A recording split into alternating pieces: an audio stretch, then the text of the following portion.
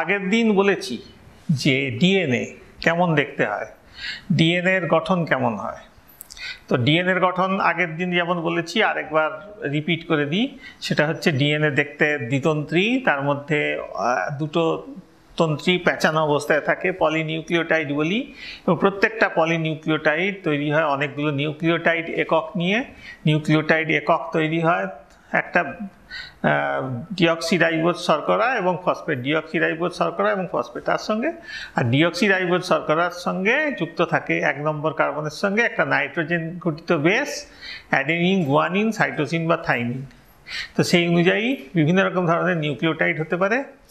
যে অ্যাডেনিন যুক্ত যে নিউক্লিওটাইড সেটা হচ্ছে কি, অ্যাডেনিন থাকবে, সঙ্গে থাকবে তার ডিঅক্সিরাইবোজ, আর হচ্ছে কি ফসফেট।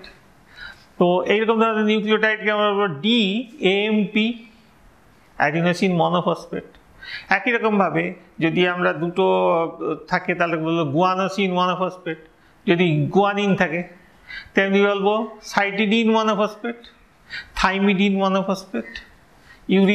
যদি রাইবোজ শর্করা থাকতো তাহলে কিন্তু ডি বলে কথাটা আর বলতাম না, তখন বলতাম শুধু ATP, AMP, GMP, CMP, TMP আরএনএর ক্ষেত্রে হয় না, ইউএমপি হবে।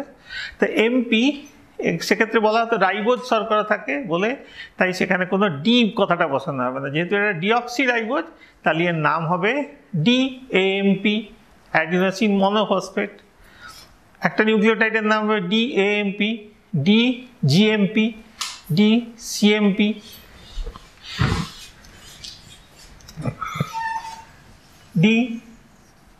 ডিএএমপি কারণ ডিঅক্সিরাইবোজ তার সঙ্গে, ডিঅক্সিরাইবোজের সঙ্গে আছে কে অ্যাডিনোসিন, আর আছে কে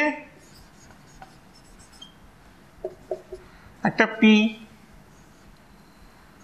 ওইচ এর মধ্যে ওপি, তাহলে কি এএমপি একটা পি। তোমরা জানো এটিপি, এটিপির নাম শুনেছো, অ্যাডিনোসিন ট্রাইফসফেট। সেখানে ফসফেটগুলো থাকে কেমন, এই ফসফেটের সঙ্গে আরেকটা ফসফেট, তার সঙ্গে আরেকটা ফসফেট থাকে, মানে অ্যাডিনোসিন ট্রাইফসফেট। অ্যাডিনোসিন হচ্ছে নিউক্লিওসাইডটার নাম, এবার তার সঙ্গে 3টে ফসফেট, তাই অ্যাডিনোসিন ট্রাইফসফেট। যদি দুটো থাকে অ্যাডিনোসিন ডাইফসফেট, একটা থাকলে মনোফসফেট। এটা যদি ডিঅক্সিরাইবোজ হয়, ও হয়, তাহলে হবে কি ও নাই, এইচ থাকে, তাহলে কি হবে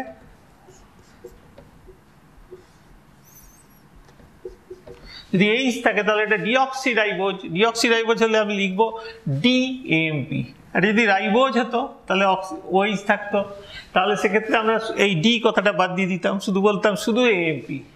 সেরকম শুধু সিএমপি, শুধু জিএমপি, টিএমপি, এরকম বলতে পারি মনোফসফেট। তাহলে এরা হচ্ছে নিউক্লিওটাইড। তো এই নিউক্লিওটাইডগুলো কিন্তু সাইটোপ্লাজমে ঘুরে বেড়াচ্ছে, সাইটোপ্লাজমের মধ্যে আছে। এই এরা কি করবে, এদেরকে প্রয়োজনে ডেকে আনতে হবে, ডেকে এনে জুড়ে দিতে হবে। জুড়ে দিলেই তৈরি হবে কি নতুন ধরনের, যেই এনে জুড়ে দেবো তখন মালা গাঁথার মতো আবার তৈরি হবে ডিএনএ। তো ডিএনএ যে ছিল, ডিএনএ দুটো তন্ত্রী ছিল, দুটো তন্ত্রীর মধ্যে একটা তন্ত্রীকে নিলাম, সেই একটা তন্ত্রীর মতো করে ছাপ তুলে আর একটা তন্ত্রী বানিয়ে ফেললাম। তাহলে কি হলো, দুটো তন্ত্রী তৈরি হলো, মানে ডিএনএ এর একটা কপি তৈরি হয়ে গেল। ডিএনএ এর একটা কপি তৈরি হয়ে গেল। ডিএনএ এর কপি তৈরি করার যে পদ্ধতি তাকেই বলছি আমরা ডিএনএ রেপ্লিকেশন। ডিএনএ রেপ্লিকেশন, তোমরা যেমন জেরক্স কপি করো সেরকম আরেকটা কপি করে দেওয়া হয়, একে বলে রেপ্লিকেশন। তো এখন ডিএনএটার যে কপি বানাবো সেই কপিটা বানানো হবে কেমন করে, সেটা একটা পদ্ধতি। আর এই যে কপিটা হবে ডিএনএতে দুটো দড়ি, সেই দুটো দড়ির মধ্যে থেকে কিভাবে আমরা করব সেটা, একটা পুরো দড়ি, দুটো দড়ি থেকেই যাবে, আর একটা দড়ি ঠিক ভাস্কর যেমন করে মূর্তি বানায় দেখে দেখে বানাবে, এরকম বানাবে না। একটা দড়ি চলে আসবে এদিকে, আর একটা দড়ি চলে যাবে ওদিকে, একটা দড়ির জন্য নতুন একটা দড়ি তৈরি হবে, এই দড়ির জন্য নতুন একটা দড়ি তৈরি হবে। এ পদ্ধতি হবে না, একটা ছিঁড়ে যাবে একটা দড়ির অংশ, বিভিন্ন অংশ, নতুন নতুন অংশ সেখানে তৈরি হবে, এটা হবে। তাহলে টুকরো টুকরো অংশ ছিঁড়ে ছিঁড়ে যাবে, এটা হবে না। একটা দড়ি সম্পূর্ণ আলাদা হয়ে যাবে, একটা দড়ি আলাদা হয়ে যাবে, এরকম হবে না। একটা দড়ি যেমন থাকার তেমনই থাকবে, নতুন করে আবার একটা দড়ি হবে। এই যে 3 রকম পদ্ধতি, তাকে আমরা বলতে পারি যে কনজারভেটিভ সংরক্ষণমূলক, আরেকটা হচ্ছে সেমি কনজারভেটিভ অর্ধ সংরক্ষণমূলক, আরেকটা হলো ডিসপারসিভ বা সেটা হচ্ছে কি ডিসপারসিভ বা বিক্ষিপ্ত। তো আমরা কিভাবে 3টে উপায় পেতে পারি? 3 রকম হতে পারে। ডিএনএ রেপ্লিকেশন,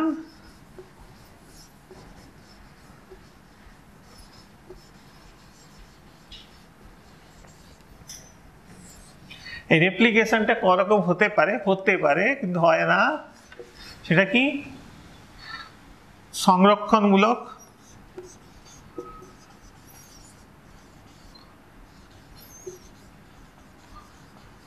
অথবা অর্ধ সংরক্ষিত,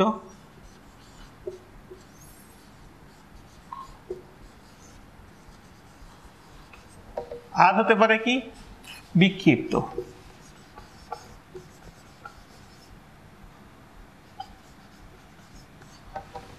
3 রকম হতে পারে। সংরক্ষণমূলক হলে ডিএনএটা থেকেই যাবে, পুরনো ডিএনএ তৈরি হবে, নতুন আবার তাকে দেখে দেখে একটা নতুন ডিএনএ তৈরি হবে, এটা হলো সংরক্ষণমূলক। অর্ধ সংরক্ষিতর ক্ষেত্রে কি হবে? একটা তন্ত্রী চলে আসবে, আরেকটা তন্ত্রীও চলে আসবে, নতুন তন্ত্রী একটা তৈরি হবে। বিক্ষিপ্তর ক্ষেত্রে কি হবে? একটা তন্ত্রী এরকম অংশ বিশেষ চলে আসবে,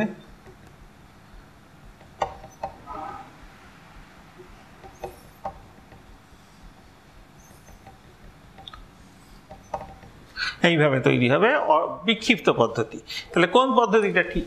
সেই জন্য কোন পদ্ধতি ঠিক সেই পদ্ধতিটা জানার জন্য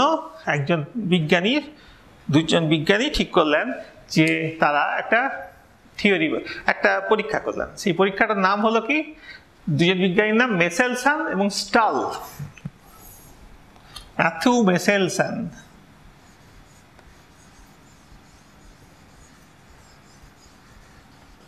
মেসেলসন এবং স্টাল,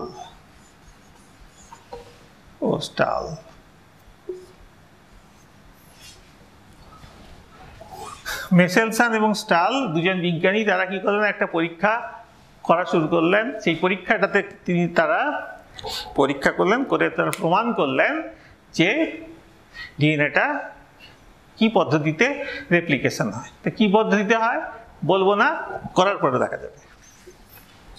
মেসেলসন এবং স্টাল এর পরীক্ষার আগে আমরা একটা কথা বলে দিই। যখন তোমরা বাড়িতে শরবত খাও, তখন জলে চিনি গুলিয়ে দাও, এবং চিনি গুলিয়ে দিয়ে যদি তোমরা রাত্রিবেলা চিনি গুলিয়ে রেখে দাও, কোনি একটা লক্ষ্য করো, কিন্তু লক্ষ্য করে দেখো যে একটা মিছরিকে ভালো করে জলে গুলিয়ে দেবে রাত্রে, দিয়ে সকালবেলায় লক্ষ্য করবে, দেখবে ঠিক জলের উপরের লেভেলের চামচ দিয়ে তুলবে, কম মিষ্টি লাগছে, দ্রবণটাকে নাড়ানো চলবে না। একবার তলার দিকে দেখবে গাঢ় হয়ে চিনির রস জমা আছে, ওপর দিকে কিন্তু চিনির রস কম আছে। চিনির রসটা জমা হয়েছে কেমন ভাবে? ঠিক এদিকে বেশি হালকা হালকা হালকা হালকা হালকা হালকা দিয়ে তলায় গাঢ়, হালকা থেকে গাঢ়। এই অবস্থাটার নাম হলো কি? হালকা গ্রেডিয়েন্ট, নতিমাত্রা। সেই ঘনত্বের নতিমাত্রা তৈরি হয়েছে এখানে, ঘনত্বের নতিমাত্রা, নিচের দিকে ঘন বেশি, উপর দিকে হালকা। এই ঘনত্বের নতিমাত্রা তৈরি হওয়ার জন্য কি হয়েছে? বিভিন্ন ঘনত্বের দ্রবণের মতো পরিণত হয়েছে চিনির জলটা। তোমাদেরকে যদি একটুখানি জলে ছুঁড়ে ফেলে দেওয়া হয়, তোমরা কি করবে? টুপ করে ডুবে যাবে। একটা বাঁদরকে ছুঁড়ে দিলে ভেসে থাকবে, একটা কাঠের টুকরো ছুঁড়ে দিলে ভেসে থাকবে। কেন? কাঠ হচ্ছে, বাঁদর কেন? বাঁদরের মাথা টাথা সব হালকা অনেক, তারা জলে অটোমেটিক্যালি সাঁতার কাটতে জানে, টানে ভেসে যাবে। আচ্ছা বাঁদরের কথা বাদ দাও, আমি যদি বলি কাঠের টুকরোর কথা, কাঠের টুকরোকে ছুঁড়ে দিলে কাঠের টুকরো জলে সুন্দরভাবে ভেসে থাকবে, আর আমরা কিন্তু ছুঁড়ে দিলে আমাদেরকে টুপ করে ডুবে যাব। কেন না? জলের থেকে আমরা ভারী, আমরা যে পরিমাণ জল সরাতে পারবো আর্কিমিডিসের নিয়ম অনুসারে, সেই জলের ওজন কি হবে? তার থেকে আমাদের ওজন বেশি, তাই আমরা ডুবে যাব।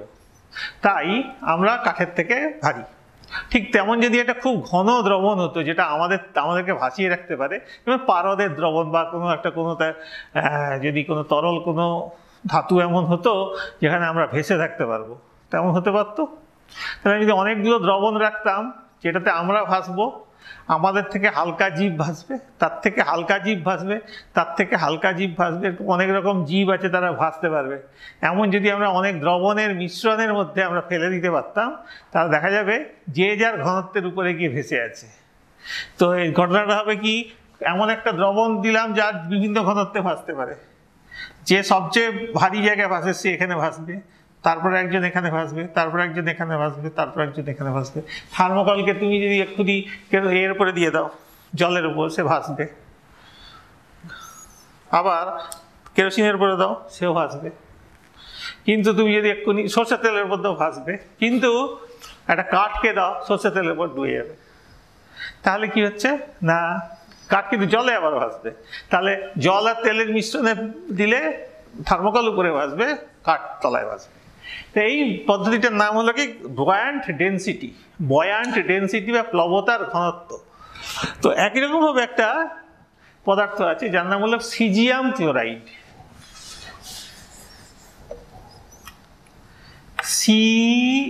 CaCl2, caesium chloride.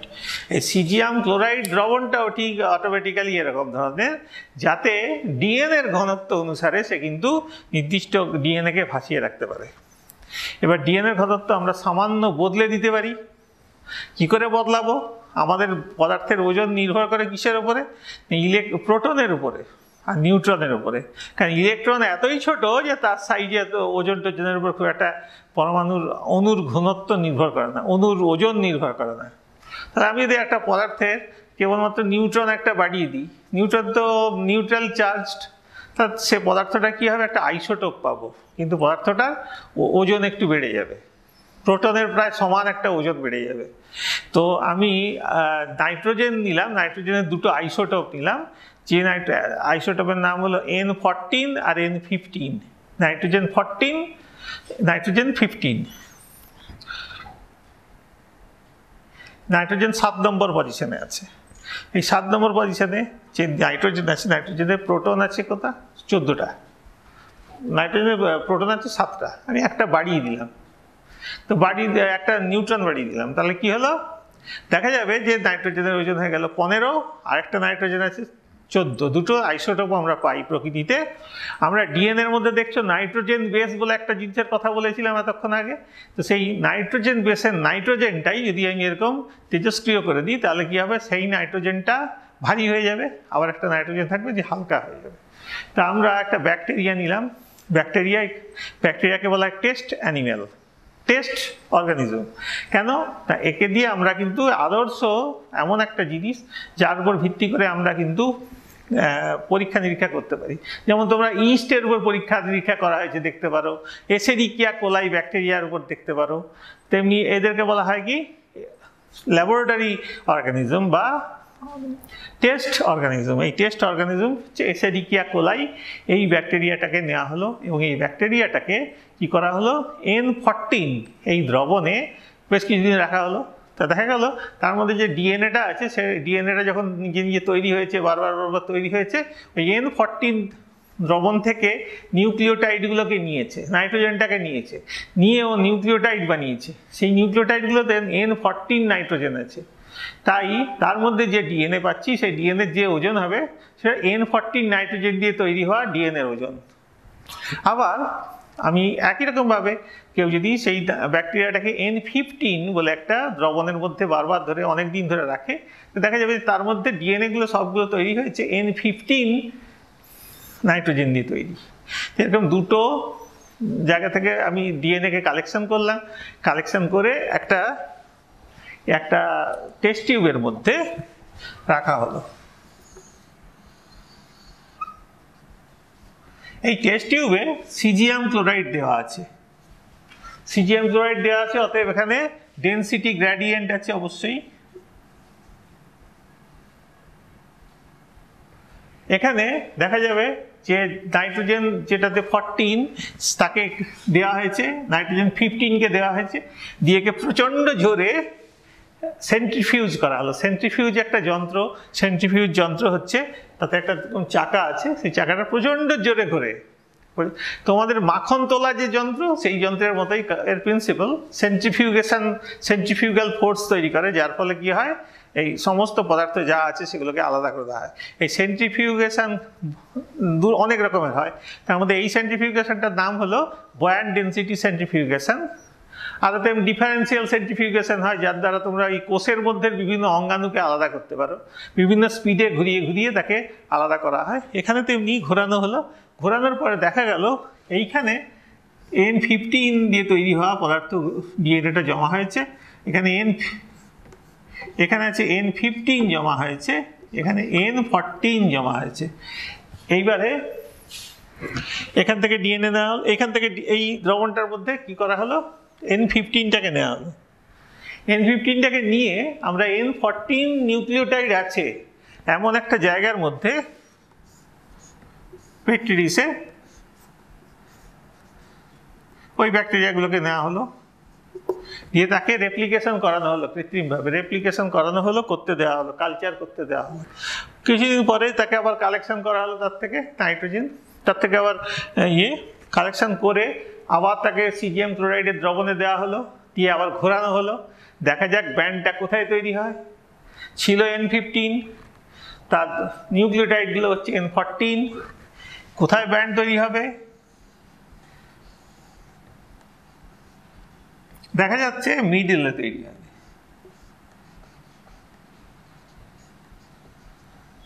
এইখানে ব্যান্ড তৈরি হবে। আচ্ছা, তুমি ব্যান্ড তৈরি হবে আমরা বুঝবো কি করে?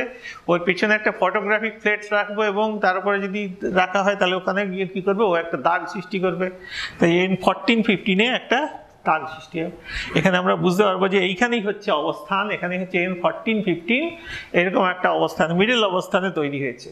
কিন্তু তৈরি হয়নি কোথায়, N15-এ হয়নি, 14-এ হয়নি। যদি 15-এ তৈরি হতো তাহলে বলতে পারতাম, বা 14-এ তৈরি হতো তাহলে বলতে পারতাম। যদি 15-এর জায়গায় 14-এ তৈরি হতো তাহলে বলতাম এটা হচ্ছে সংরক্ষিত পদ্ধতি, মানে N15 দিয়ে তৈরি হওয়া যে ডিএনএ সেটা যেমন ছিল তেমন আছে, নতুন করে N14 দিয়ে ডিএনএ তৈরি হয়েছে। তা তো হয়নি, হয়েছে মিডল জায়গায়। তার মানে অর্ধেকটা N15 কাজে লেগেছে, অর্ধেকটা N14 কাজে লেগেছে। আচ্ছা, তারপর কি করা হলো এবার, তাহলে অসুবিধে। এবার কি করা হলো, এই N14-15কে আবার N14 দ্রবণে পরীক্ষা করা হলো, টেস্ট করা হলো, দেখা যাবে এবার কি হয়। এটাকে আবার নেওয়া হলো, N14-15কে নেওয়া হয়েছে, কোথায় নেওয়া হয়েছে, নিউক্লিওটাইডগুলো কি N14, এখানে তাকে কালচার করা হলো।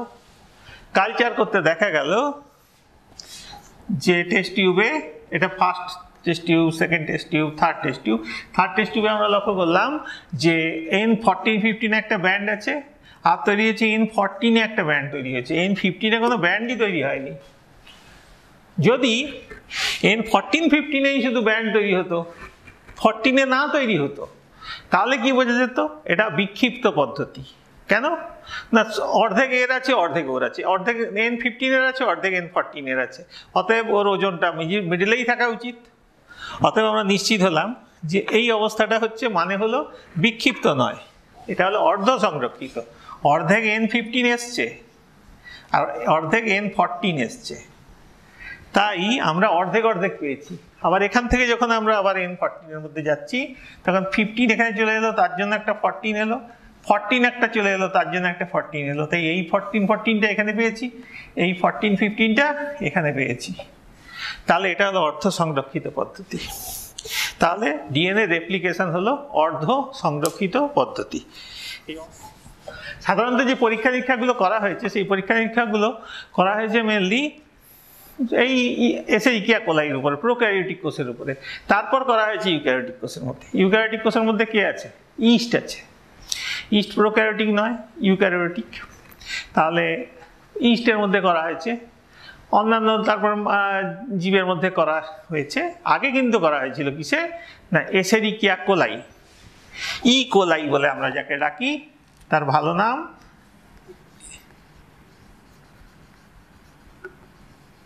এসেরিকিয়া কোলাই আমাদের অন্ত্রে থাকে। এসিডিকিয়া কোলাই বা ই কোলাই শর্টে তার মধ্যে এই পরীক্ষাটা করা হয়েছিল। কি করা হলো, একটা মাইক্রোস্কোপ নেওয়া হয়েছে, সেই মাইক্রোস্কোপের নাম হলো ফেজ কন্ট্রাস্ট মাইক্রোস্কোপ। মানে এই প্রত্যেকটা ধাপ ও ছবি তুলবে। কিরকম করে, এরকম করে একটা নেওয়া হয়েছে, পেট্রি ডিশ, পেট্রি ডিশে দ্রবণ আছে, ইকোলাই দ্রবণ,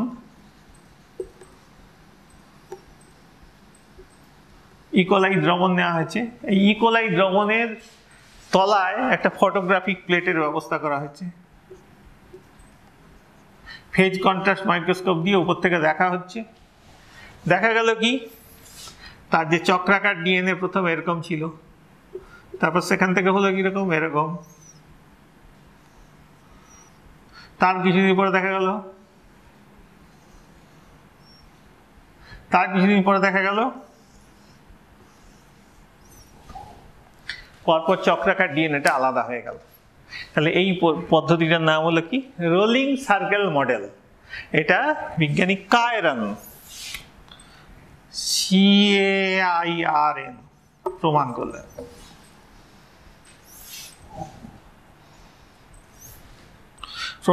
তাহলে এই হলো কিভাবে বিভিন্ন রকম জিনিসটা হয়। এবার আমরা দেখতে পাবো যে পরীক্ষা কেমন করে হয়। এবার কেমন করে হয় এটা এবার কথা, যে কি করে রেপ্লিকেশন হয়। আচ্ছা, আমাদের এখানে কিন্তু যে ক্লাসের পরিমাণটা খুব কম, সময়ের পরিমাণ খুব কম, আমরা অনেক মানে যে ক্লাস করে থাকি সেই ক্লাসগুলো যেমন একটা ডিউরেশন পাই, এখানে সেই সময় তো আর পাওয়া যাচ্ছে না। তাই আমরা একটু একটা ক্লাস একটু বড় বড় করছি, কতগুলো ক্লাস ছোটও হবে। তো আমার নাম্বারও দেওয়া আছে, সেই অনুযায়ী তোমরা ফোন করে আমাকে যে জিনিসটা জানার দরকার যদি হয় ফোন করতে পারো, দেয়া হবে পরের দিন থেকে। তো আর কি, তোমরা বাড়িতে বই থেকে পড়বে এগুলো। এবার আমরা বলছি কি, রেপ্লিকেশন পদ্ধতিটা আমি এই জন্য একটু শর্টেই বলে দিচ্ছি সব, কিন্তু সব কথাটাই বলে দিচ্ছি, শর্টেই বলছি, খুব কম সময়ের মধ্যে বলছি। তোমরা আরও ডিটেলস বই থেকে পড়ে নেবে। তো বেসিক যে জায়গাটা জানলেই চলবে সেটাই আমি বলছি, তোমরা বই থেকে পড়লে আরও ডিটেলস জানতে পারবে। কারণ আমি একবার বলে ফেললেই যে তোমরা বুঝতে পেরে যাবে তা তো নয়। কারণ আমি তোমাদেরকে দেখতেও পাচ্ছি না চোখের সামনে, এই ক্যামেরার মুখটাই হচ্ছে তোমাদের মুখ বলে আমার কাছে ধরা পড়ছে। তো যাই হোক, আমি বলি পদ্ধতিটা কি।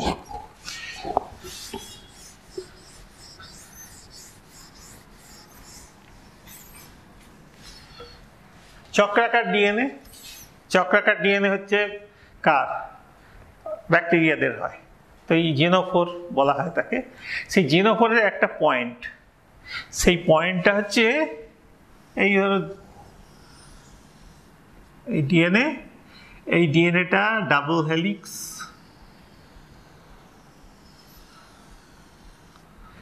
ডাবল হেলিক্সের একটা পয়েন্ট, নির্দিষ্ট অংশ, এই অংশটার নাম হলো ইকোলাই ব্যাকটেরিয়ার ক্ষেত্রে এখানকার যে অংশ ওরি সি।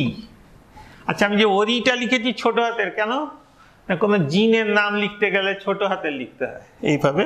আর যখন আমরা প্রোটিনের নাম লিখবো তখন ধরো আমি একটা প্রোটিন লিখছি এরকম ডিএনএ, এটা একটা নাম লিখছি। কিন্তু যদি আমি ডিএনএ সম্বন্ধে লিখতে চাই তাহলে ডিএনএ, দুরকম ভাবে হবে। আবার যদি এটাই একটা কোনো জিন ব্যবহার করতে ডিএনএ এইভাবে লিখতে, তাহলে এইভাবে লিখতে হয়। তো এইখানে ওরি সি বলে একটা অংশ, এই যে অংশ ওরি মানে অরিজিন, সি, সেখানে কি দেখা যাচ্ছে, এখানটা যদি আমি লক্ষ্য করে দেখি এরকম ধরনের দেখা যাবে যে এখানে একটা অংশ, এখানে একটা অংশ, এখানে একটা অংশ, এখানে 1 2 3 4, এটা 13টা অংশ দিয়ে তৈরি, 13টা নিউক্লিওটাইড দিয়ে, এটা 9টা নিউক্লিওটাইড দিয়ে তৈরি, 13টা নিউক্লিওটাইড দিয়ে তৈরি, 9টা নিউক্লিওটাইড দিয়ে তৈরি। তাহলে এটাকে বলে 13 মার, এটাকে বলে 9 মার। মনোমার মানে একটা একক, এখানে 9টা একক, তাহলে কি 9 মার, 13 মার। এই জায়গায় কি হবে, না, ডিএনএ রেপ্লিকেশন হওয়ার জন্য যে পদার্থগুলো সেই উৎসেচকগুলো এসে জমা হবে, যুক্ত হবে। তো এখানে যুক্ত হবে, এই জায়গাটা কি হবে, প্রথমে একটা এলো, তার নাম হলো কি ডিএনএ। ডিএনএ রেপ্লিকেশন করবে, ডিএনএ এ, ডিএনএ এ বলে একটা উৎসেচক আছে, সে কি করবে, এখানে যুক্ত হবে। যুক্ত হয়ে কি করবে, একে চেপে ধরবে। চেপে ধরে এবার আরেকজন আসবে, তার নাম ডিএনএ বি। এখানে ডিএনএ এ এসছে, এবার ডিএনএ বি আসবে, সে এসে একে চেপে ধরবে। ডিএনএ ছোট হাতের এনে বি। এই ডিএনএ বির আরেকটা নাম হলো হেলিকেজ। হেলিকেজ নাম মনে রাখার খুব সুবিধা। হেলিকেজ মানে ডাবল হেলিক্স। হেলিক্স মানে পেঁচানো এই দড়িটার নাম হেলিক্স। এই হেলিক্সের উপর কাজ করে। এই ডিএনএ বি এ এলো, এসে কি করবে, এদের এই ডিএনএ বি যেই জুড়ে গেল, এ কি করতে লাগলো, এই যে দুটো ডিএনএর তন্ত্রী আছে তার মাঝখানের যে হাইড্রোজেন বন্ধনীগুলো আছে, যারা ওই অ্যাডেনিন, থাইমিন, গুয়ানিন, সাইটোসিনের মধ্যে আছে, সেই হাইড্রোজেন বন্ধনীগুলোকে কাটতে লাগলো। আর কেটে দিলেই এই যে দুটো তন্ত্রী আছে, তন্ত্রীগুলো আলাদা হয়ে যেতে থাকবে। ডিএনএর তন্ত্রী এরকম জুড়ে ছিল, এই তন্ত্রীগুলো যদি কেটে দেওয়া হয় তাহলে কি হবে, আলাদা হয়ে যাবে। কি কেন আলাদা হয়ে যাবে না, তাদের মধ্যে যদি আমরা ওই ওই ওই উৎসেচকটা এমন কাজ করবে যে দুটোই তন্ত্রী আলাদা হয়ে যাবে, দুটো হাইড্রোজেন বন্ধনই আর থাকবে না, তারা একটু দূরে চলে যাবে পরস্পর থেকে। দূরে চলে গেলেও তাদের মধ্যে কিন্তু আকর্ষণ থাকবে, তারা আবার বলবে আমরা হাইড্রোজেন বন্ধনী বানাবো, তাহলে তাদেরকে বানাতে দেওয়া যাবে না। তাই কি হবে, এর চারদিকে সঙ্গে সঙ্গে এক ধরনের প্রোটিন চলে আসবে, সেই প্রোটিন দুজনকে টেনে রাখবে দুদিক থেকে, মানে জোর করে আলাদা করা হচ্ছে। মনে করো তোমাদের দুই বন্ধু, প্রচণ্ড বন্ধুত্ব, দুজন আলাদা আলাদা স্কুলে চলে যাবে, বাবাদের বদলি হয়ে গেছে, খুব ইচ্ছে তা তোমরা একসঙ্গে থাকার। ঠিক তেমনি আমরা যখন চলে আসো, যাস না রে আবার ফিরে চলে আসো, একবার অন্তত দেখা কর বলে দেখা করো, সেরকম কিন্তু তোমাদেরকে জোর করে টেনে নিয়ে যাচ্ছে, মা বাবা জোর করে টেনে নিয়ে যাচ্ছে। তেমনি দুটো তন্ত্রীকে আলাদা করে জোর করে টেনে নেওয়া হচ্ছে। আলাদা হয়ে গেছিল, ডিএনএ বি এরকম আলাদা করে দিয়েছিল, এবার একে জোর করে আলাদা করেছে এক ধরনের প্রোটিন। এই প্রোটিনের নাম হবে SSB, single strand binding protein. এক তন্ত্রীকে বন্ধন করা প্রোটিন, একটি তন্ত্রীকে বেঁধে রাখতে পারে এমন protein, single strand binding protein. তারা কি করবে, দুই দড়িকে আলাদা করে রাখবে, মানে কিছুতেই মিলতে দেবে না দুজনকে, নাহলে কি হতো, আবার জুড়ে যেত, হাইড্রোজেন বন্ধনী হয়ে যেত, হেলিকেজের কাজটাই বৃথা হতো। তো হেলিকেজ এলো, দুজনকে আলাদা করে দিল, করে দেওয়ার সঙ্গে সঙ্গে গেল ডিএনএ এ যে ছিল সে বেরিয়ে গেল, তার আর কোনো কাজ নেই, সে বেরিয়ে গেল। এই যে স্টার্টিং পয়েন্ট 13 মার অঞ্চল, এখানে তার বসলো, বসে কি করলো, এটাকে খুলে দিল। আর এই জায়গাটা কি হয়ে গেল, প্রথমে যখন আসে কেমনভাবে আসে, এই জায়গাটা এরকম 13 মারে গিয়ে বসে, তারপর জায়গাটা এরকম খুলে যায়, দিয়ে বেঁকে যায়, তখন আরেকজন আসে 9 মারে বসে, দিয়ে দুজনকে টানে, খুলে গেল। এইবার সঙ্গে সঙ্গে আবার SSB এসে তাদেরকে ধরে আটকে রাখলো। এইভাবে দুটো তন্ত্রী আলাদা হয়ে গেল। দুটো তন্ত্রী যে আলাদা হয়ে গেল, তখন এখানে একটা গঠন তৈরি হলো। সেই গঠনটা দেখতে চোখের মতো।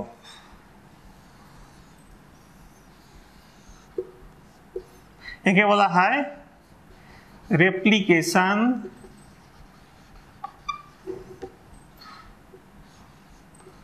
বাবল। বুদবুদ বা বাবল তৈরি হলো দুটো তন্ত্রী আলাদা হয়ে যাওয়ার জন্য। আর এদের যে মুখটাতে দুজন আলাদা হয়েছে, এই জায়গাটার নাম হবে রেপ্লিকেশন ফর্ক। কাঁটা চামচের মতো আলাদা হয়ে গেছে দুটো, রেপ্লিকেশন ফর্ক আর রেপ্লিকেশন বাবল। দুজনকে ধরে টেনে রেখেছে SSB প্রোটিন। মানে রেপ্লিকেশন বাবল কথার অর্থ এরকম বুদবুদের মতো তৈরি হলো। এই বুদবুদের মতো তৈরি হলো, দুটো তন্ত্রী আলাদা হয়ে গেছে, এরকম পেট মোটা টাইপের।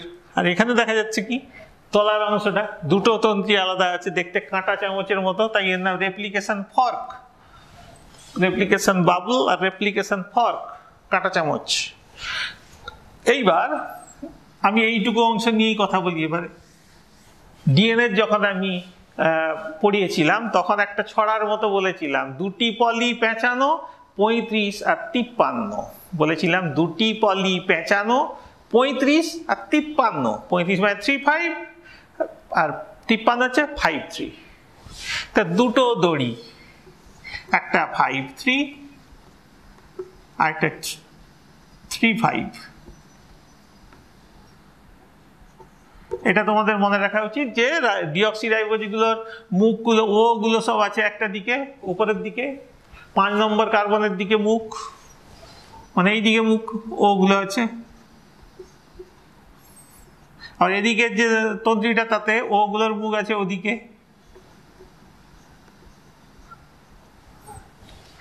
3 থেকে 5, 5 থেকে 3, 35 আর 53, দুটি পলি পেঁচানো 35 আর 53। তা এটা ছিল ছড়া। তো প্রথমে পড়া তারপর ছড়া, তোমরা পড়েছো নিশ্চয়ই, তারপর ছড়া পড়েছো, তাই মনে আছে। যদি না মনে থাকে আগের ভিডিও দেখে নেবে। তাহলে এখানে এরকম অবস্থা, 35 আর 53 অবস্থা। তো এরকম দুটো তন্ত্রী আলাদা হয়েছে, দুটো তন্ত্রীর মধ্যে কিন্তু একটু বৈষম্য আছে। এবারে 5 থেকে 3 মানে 3 প্রাইম, 3 প্রাইম, 3 সঙ্গে ফ্রি মিলছে ভালো। 3 প্রাইম যেদিকে, 3 যেদিকটা ফ্রি সেদিকটায় কি হবে, একটা একটা করে নিউক্লিওটাইড জমা হবে। তাহলে কোনো রকম ভাবে নিউক্লিওটাইড সংশ্লেষের ক্ষেত্রে সবসময় মনে রাখবে 3 প্রাইমের দিকে নিউক্লিওটাইড জমা হবে। আরেকটা দিকের নাম 3 প্রাইম উল্টো দিকে আছে, যদি জমা হতে হয় তাকে ওই দিকে হতে হবে, এদিকে নয়। তাহলে কিন্তু আমি একটা উৎসেচকের নাম বলবো, যেই উৎসেচকের নাম হলো কি ডিএনএ পলিমারেজ 3। এই ডিএনএ পলিমারেজ 3 কাজ করতে পারে কোন দিকে না, 5 থেকে 3-এর দিকে। 5 থেকে 3-এর দিকে তারা কি করতে পারে, নতুন নিউক্লিওটাইড সংশ্লেষ করতে পারে। তোমরা জানো অর্ধ সংরক্ষিত পদ্ধতি, এই তন্ত্রী আলাদা হয়ে গেছে, এই তন্ত্রী আলাদা হয়ে গেছে, এই নিউক্লিওটাইড তৈরি হয়ে যাবে, নিউক্লিওটাইড তৈরি হবে।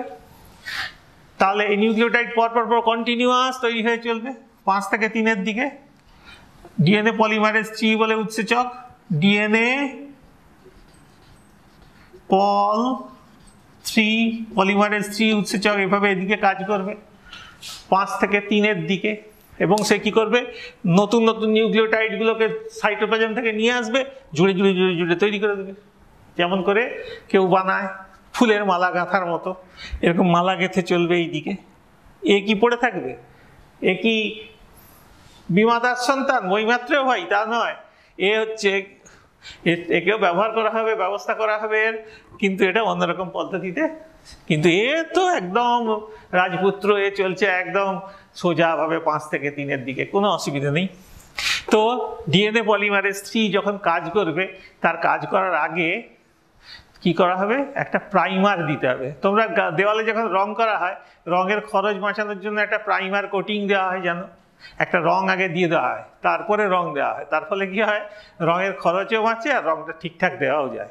তো তাই তাকে বলা হয় প্রাইমার রং। তো এখানে প্রাইমার দিতে হবে। সে প্রাইমারটা হবে কি, আরএনএ প্রাইমেজ। আরএনএ প্রাইমেজ, এজ থাকলেই উৎসেচক, আরএনএ প্রাইমেজ। আরএনএ প্রাইমেজ কি করবে, এখানে আরএনএ প্রাইমার তৈরি করবে সামনে, আরএনএ প্রাইমার। সবসময় দেখবে অণুগুলোর মধ্যে একটু মারামারির ব্যাপার আছে, খালি মার মার মার, প্রাইমার। আচ্ছা, খালি মারামারির কথা কেন? প্রথম হচ্ছে মনোমার, ডাইমার, প্রাইমার। যাই হোক, এই মার প্রাইমার, ডিএনএ আরএনএ প্রাইমার মনে থাকে জানো। আরএনএ প্রাইমার বানিয়েছে কে, আরএনএ প্রাইমেজ। আরএনএ প্রাইমেজ বানিয়েছে আরএনএ প্রাইমার। সেই আরএনএ প্রাইমারটা হচ্ছে কি, ডিএনএ আরএনএর একটা টুকরো, যারকে ভর করে চলছে নতুন তৈরি হওয়া ডিএনএ। নতুন তৈরি হওয়া ডিএনএ তো পথ দেখতে হবে, তাকে তৈরি করতে হবে, কোন পথে যাব। আগে তৈরি করে দেওয়া আছে আরএনএ ছোট্ট করে, তার পিছন পিছন চলছে আরএনএ, ডিএনএ তৈরি হয়েই চলছে, কন্টিনিউয়াসলি তৈরি হয়ে চলছে। এটাকে বলছি, এর নাম হবে লিডিং স্ট্র্যান্ড। এর নাম হবে লিডিং স্ট্র্যান্ড, LEADING। লিডিং মানে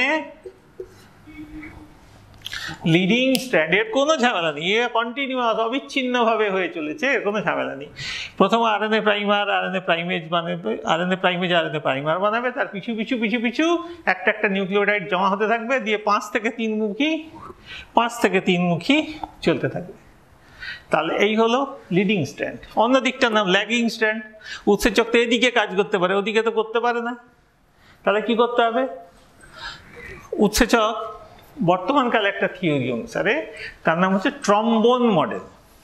সেই থিওরি অনুসারে কি হবে, এইটা যে আলাদা হয়েছিল এরকম মুড়ে আসবে, এবং এটা যখন মুড়ে যাবে, মুড়ে গেলে কি হবে, উৎসেচক এদিকে কাজ করবে।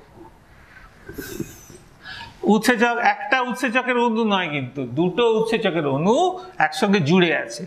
এই একটা উৎসেচকের অণু, এই একটা উৎসেচকের অণু, দুজন এরকম একটা প্রোটিন দিয়ে জুড়ে আছে।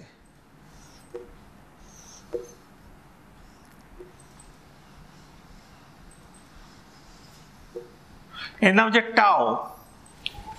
এটা একটা উৎসেচক, এটা একটা উৎসেচক, এটাও ডিএনএ পলিমারেজ 3।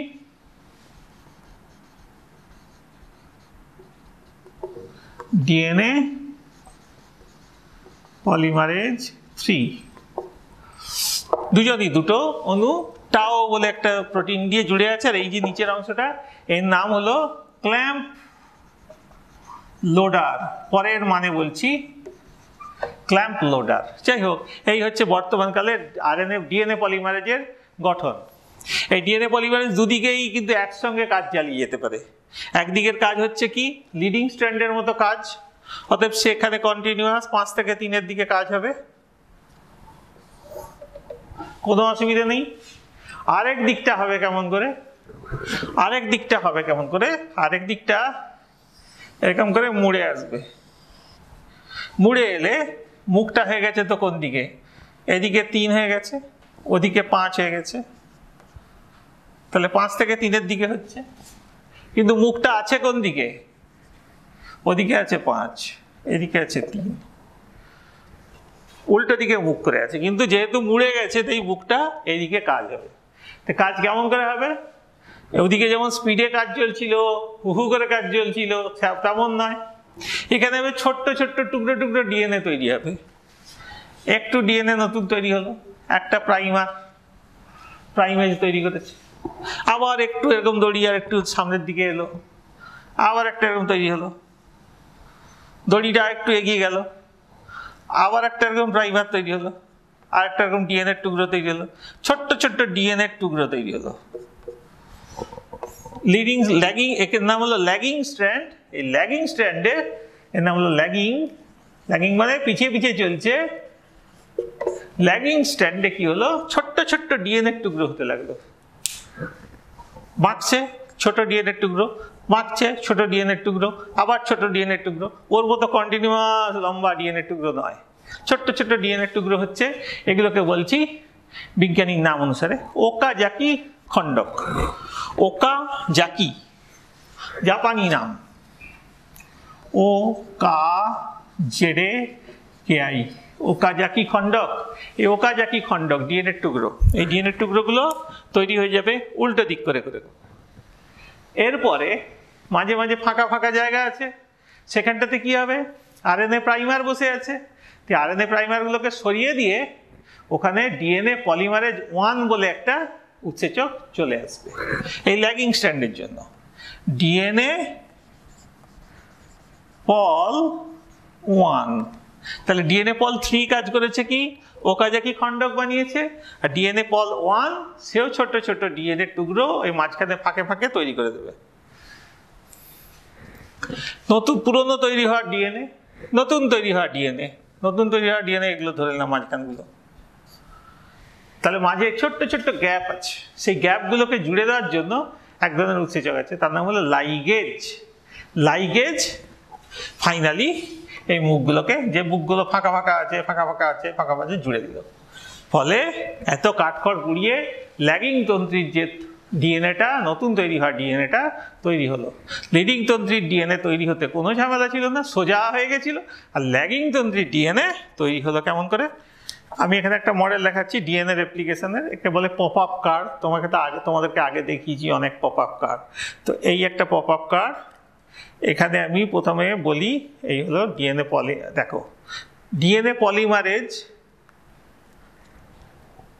এই হচ্ছে ডিএনএ পলিমারেজ, পল 3 লেখা আছে ডিএনএ পলিমারেজ। এই যে সিএল লেখা আছে ক্ল্যাম্প লোডার, এর নাম হচ্ছে ডিএনএ পলিমারেজের একটা ইউনিট, এটা আরেকটা ইউনিট।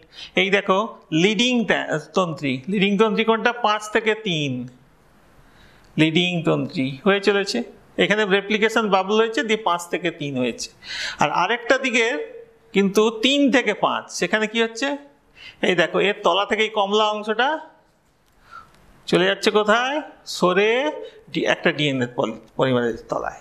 সে কি করছে 3 থেকে 5 যে অংশটা তাকে ঘুরিয়ে নিয়েছে এরকম দিয়ে, ফলে এই দিক থেকে ডিএনএটা তৈরি হচ্ছে। দেখো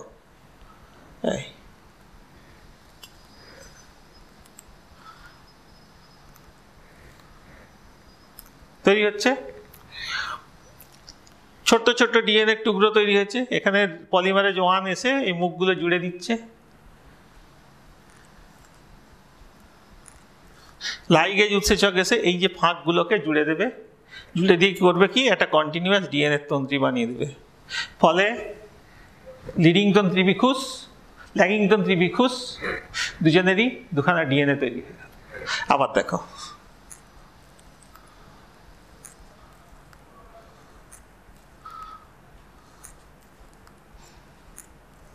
এটা লিডিং তন্ত্রী, এর কোনো ঝামেলা নেই, নড়ছে টুটছে না। কিন্তু এই লিডিং তন্ত্রীর তলায় এই যে কমলা রঙের জিনিসটা আসছে যাচ্ছে, আসছে যাচ্ছে। কি এই জিনিসটা আসছে যাচ্ছে, এটা তো আমি বলিনি এতক্ষণ। আর তার তলা দেখো কমলাটা বসেই আছে, নড়ছে না চড়ছে না, এ কিন্তু আসছে যাচ্ছে, আসছে যাচ্ছে। এবার এটা কি, এটা এবার আমি বলছি।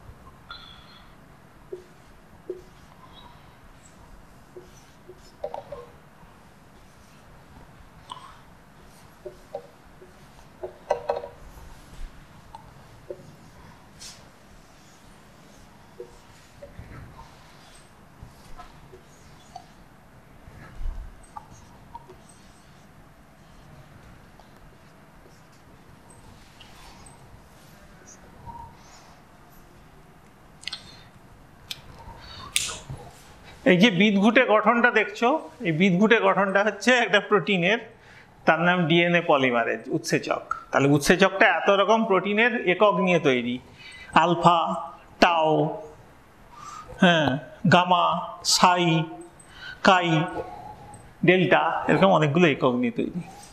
এটাকে যদি আমি সহজে একটা আঁকি তাহলে দেখা যাবে এরকম দুটো গোল গোল এঁকেছিলাম না, তার মাঝখানে এরকম দুটো টাও, মাঝখানে এরকম একটা অংশ। এই অংশটার নাম হলো ক্ল্যাম্প লোডার। ক্ল্যাম্প লোডারটা কি আর ক্ল্যাম্প লোডারটা কি এবং ক্ল্যাম্প ব্যাপারটা কি? ক্ল্যাম্প হচ্ছে একটা প্রোটিন, সেই প্রোটিনটার নাম হচ্ছে beta sliding clamp. Beta sliding clamp, সেটা দেখতে খানিকটা এরকম চাকার মতো। এইটা যখন কোনো ডিএনএ পলিমারেজের তলায় গিয়ে বসবে তার প্রসেসিভিটি বেড়ে যাবে, মানে তার কাজ করার ক্ষমতা বেড়ে যাবে। সে বেশি বেশি নিউক্লিওটাইডকে জুড়ে জুড়ে বেশি ডিএনএ বানাতে পারবে। যদি ওইটা না থাকতো তাহলে কি হতো, ডিএনএ মাত্র 50টা নিউক্লিওটাইডকে জুড়েই কাজ শেষ করে দিত। কিন্তু তোমরা তো জানো যে এক একটা ডিএনএ তৈরি হয় বিরাট বিরাট লম্বা।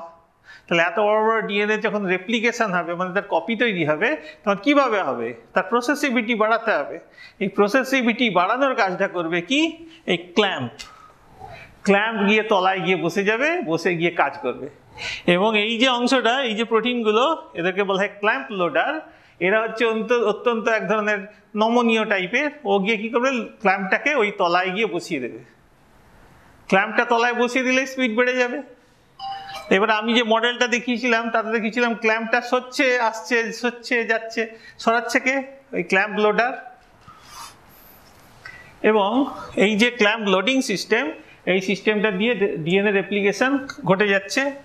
ডিএনএ যখন কন্টিনিউয়াস হচ্ছে কোনো ঝামেলা নেই, আগেই একটা লোডার লোড করে দিয়েছে।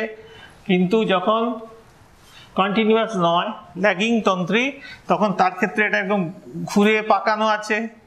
এর মধ্যে যতটুকু এগোচ্ছে ততটুকু কী হচ্ছে, একবার এগোচ্ছে একটু লোডার গিয়ে বসছে, আবার একটু এগোচ্ছে আবার লোডার গিয়ে বসছে, আবার এগোচ্ছে আবার লোডার গিয়ে বসছে।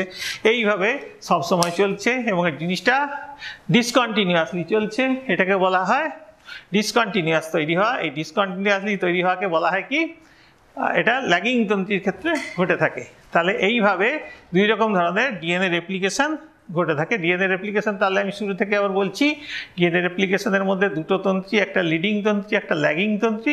লিডিং তন্ত্রীটাতে কন্টিনিউয়াস 5 থেকে 3-এর দিকে ঘটে যাবে। ডিএনএ পলিমারেজ প্রথমে প্রাইমার কি করবে, প্রাইমার বানাবে আরএনএ প্রাইমার, তার পিছু পিছু তৈরি হবে নিউক্লিওটাইড, জুড়ে জুড়ে তৈরি হবে নতুন ডিএনএ। আর তারপরেরটায় হবে কি, ল্যাগিং তন্ত্রী কীরকম পাক দিয়ে যাবে, একখানা লুপের মতো গঠন তৈরি করবে। ঠিক যেমন শিঙা ফোঁকা হয়, তোমাদের জনগণ মন অধির সময় শিঙা ফোঁকা হয়, সেই শিঙার নাম ট্রম্বোন।